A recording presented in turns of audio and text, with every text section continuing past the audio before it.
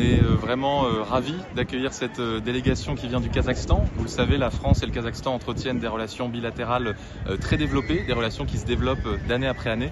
Et donc cette visite de délégation venant du Kazakhstan, c'est une très bonne chose pour approfondir toujours plus ces relations, tant d'un point de vue culturel, économique, diplomatique. On a besoin de ce type d'initiative pour rapprocher les sociétés civiles et institutionnelles et faire en sorte que les pays puissent avancer ensemble sur des objectifs communs. On a fait l'an dernier une note stratégique publiée par l'Institut Choiseul sur le Kazakhstan comme puissance moyenne mais géant en devenir. Et cette note, elle nous a permis de tirer plusieurs grands constats. Le premier, c'est bien évidemment s'attarder sur le rôle pivot du Kazakhstan en Asie centrale, au cœur des grandes dynamiques internationales et politiques, un peu à la confluence des mondes entre l'Est et l'Ouest. Donc on a bien évidemment tenu à rappeler ce rôle important et ce rôle de pivot, tant d'un point de vue logistique que politique entre les mondes, si je puis dire. Le deuxième constat que l'on a fait, c'est bien sûr rappeler et décrire et aller plus loin dans la relation économique entre le Kazakhstan et l'Europe et notamment la France. On le sait, le Kazakhstan est aujourd'hui en pleine mutation avec d'importantes réformes économiques et politiques qui sont en cours et tout cela permet d'avoir un environnement des affaires toujours plus attractif et de renforcer les relations économiques entre la France et le Kazakhstan. La France fait partie des premiers investisseurs internationaux au Kazakhstan dans le domaine du transport, de l'énergie, de l'agroalimentaire, et c'est tout cela qu'on a souhaité aussi décrypter. Et puis le troisième élément clé qu'on a souhaité décrypter, c'est bien évidemment la diplomatie du Kazakhstan qui émerge aussi dans le concert des nations sur la scène internationale comme une force de stabilisation, comme une puissance de stabilisation qui souhaite s'émanciper des grandes rivalités mondiales et être véritablement un acteur indépendant en faveur d'une diplomatie multivectorielle. Ça, c'est évidemment un sujet clé pour nous, notamment sur des enjeux de coopération environnementale, mais aussi des efforts communs pour la paix.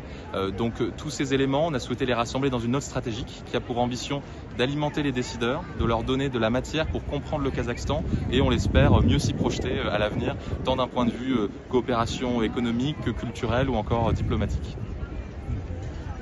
Alors c'est une certitude, on vit aujourd'hui dans un monde de plus en plus fragmenté, qui est complètement chamboulé par le revers des alliances et par la nouvelle donne politique et internationale.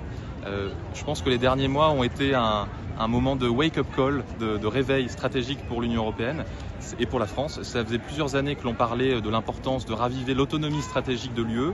Jusqu'à présent, on avait beaucoup de discours. Et là, on voit qu'il est temps de passer du discours aux actes et d'opérer un vrai réveil politique, géopolitique pour l'Union européenne, pour qu'elle passe à un vrai âge de la maturité.